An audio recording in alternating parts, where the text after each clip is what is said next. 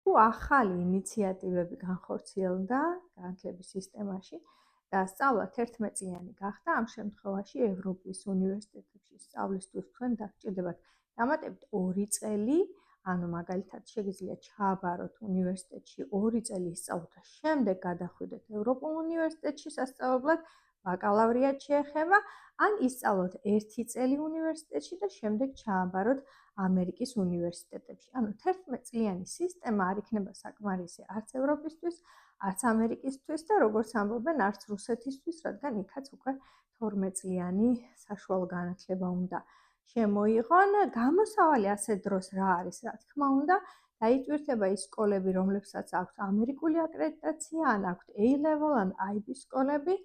ასევე თქვენ შეგიძლიათ სწავლა გააგრძელოთ ევროპის IB სკოლებში, ან A-level-ზე ბრიტანეთში, მაგრამ როგორც უკვე აღვნიშნე, ეს ფინანსურად წელიწადში სულ მცირე 20-30 ევროს თუ ფუნტ სტერლინგის გადასახადს მოიცავს. თუ დაინტერესდებით IB სკოლებით ან A-level-ის სკოლებით, შემიძლია დაგეხმაროთ მე ჩემს გუნდთან ერთად, ვეხმარებით როგორც უნივერსიტეტებში სწავლის გაგრძელებაში, ასევე საუკეთესო სკოლებში ჩაბარებაში და დაფინანსების მოპოვებაში. ასე რომ მომწერეთ